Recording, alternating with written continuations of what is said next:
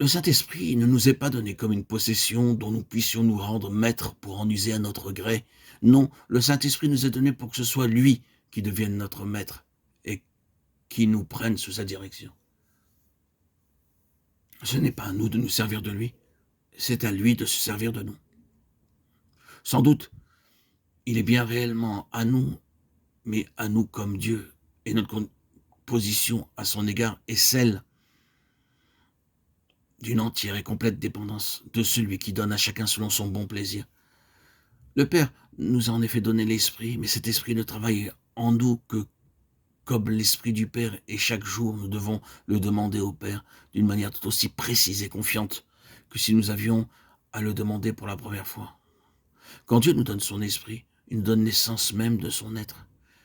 Il nous le donne comme Dieu donne, c'est-à-dire avec la puissance de la vie éternelle, continuellement et sans interruption. Lorsque Jésus promettait une source intéressante d'eau vive à ceux qui croiraient en lui, il n'entendait pas parler d'un seul acte de foi qui ferait d'eux, une fois pour toutes, les possesseurs indépendants de cette grâce. Mais il parlait là d'une vie de foi qui ne pourrait recevoir ses dons qu'en le recevant lui-même. Et ainsi, ce précieux mot « attendre », il leur recommanda d'attendre, rappelle les grâces accordées à l'attente dans le passé, en même temps qu'il offre le moyen d'obtenir d'autres grâces encore dans la nouvelle économie, celle du Saint-Esprit. Tout ce que les disciples tirèrent et éprouvèrent pendant ces 10 jours d'attente nous trace la voie à suivre, nous est le gage de la vie de l'Esprit dont nous devons vivre. La grâce d'être remplis de l'Esprit, telle que nous le promet le Père, nous est accordée en raison directe de ce qu'est notre attente. Ceci ne nous explique-t-il pas pourquoi tant de croyants ne reçoivent que si peu de la joie et de la puissance qu'apporte le Saint-Esprit?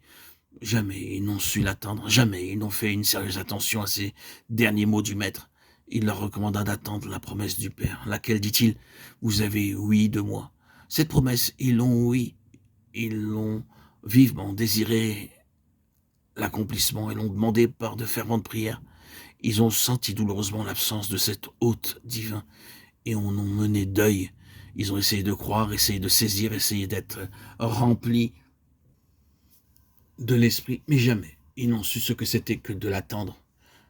Jamais ils n'ont dit, ni même écouté et cru cette parole. Heureux tous ceux qui s'attendent à lui. Ésaïe 30, 18. Ceux qui s'attendent à l'Éternel reprennent de nouvelles forces. Ésaïe 40, 31. Qu'est-elle donc cette attente? Comment devons-nous attendre?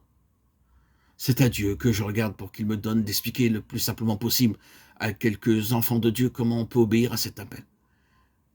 Et avant tout, laissez-moi vous dire que ce que vous devez attendre, vous qui êtes croyants, c'est la manifestation de la puissance de l'Esprit qui est déjà en vous.